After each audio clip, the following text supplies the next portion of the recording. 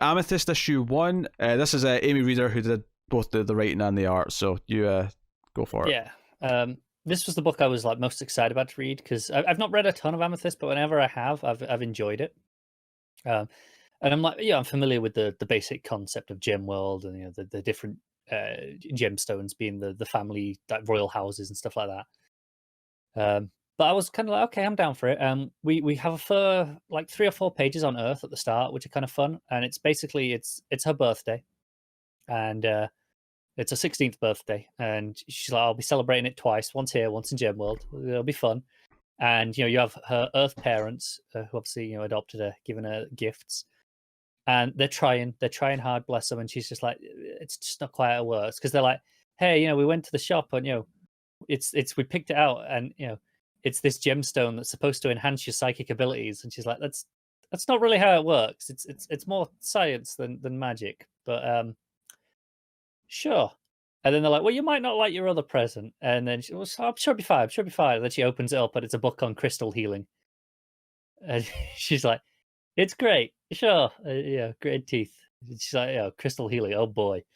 Um, but it was kind of fun little intro. And then she goes off to go to Gemworld. She goes to a portal.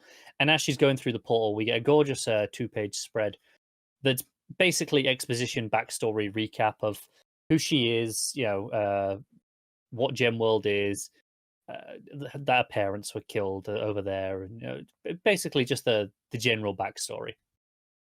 And she gets there, but she doesn't land where she's expecting. Everything's kind of shattered, I guess is the word. Her whole castle palace is destroyed, and no one's there.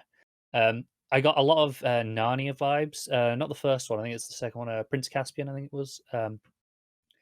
Which, if you're not familiar, it's where they go back to Narnia after like a year, but a year of their time on Earth. But in Narnia, like 1,000 years have passed, and their castle is like this ruin, and everyone they've ever known is dead. And I was getting that sort of vibe here when it happened. And she's just like, okay, I don't know what's going on, but I have to go find out. She was right. Okay, to the neighbors, they can help.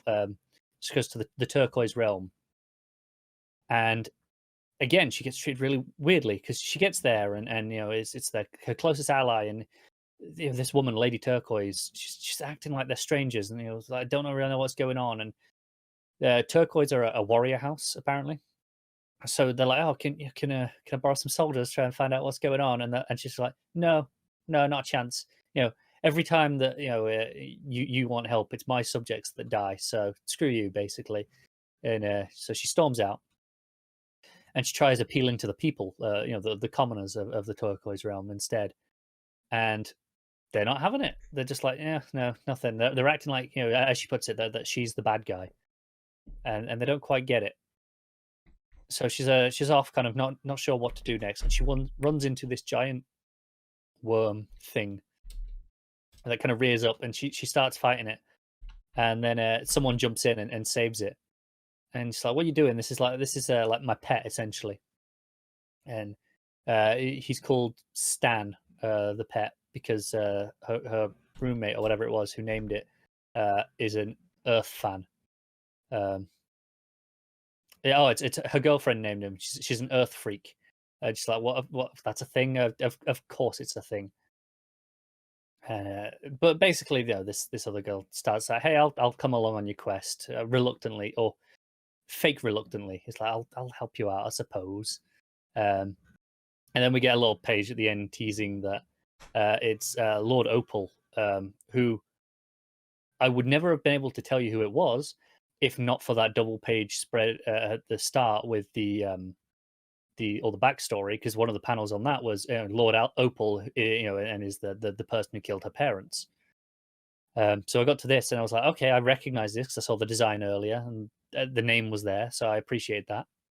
And he's sitting on like this iron throne sort of thing, and he's got all these like mechanical spiders is kind of how I'd describe it around him. It's pretty cool.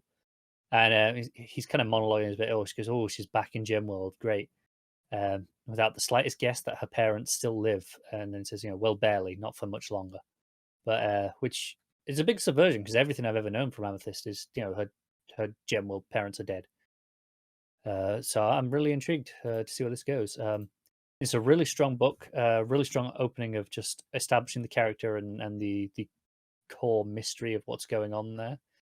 I do think there are a few too many narration boxes. It's a bit overdone, which is a shame because it feels like it's covering up some great art at points. But overall, it's a really solid book. No, I'm going to give it an 8. I think it's a really solid start, and I'm looking forward to seeing where it's going, and just hope it eases up a little bit on the caption boxes.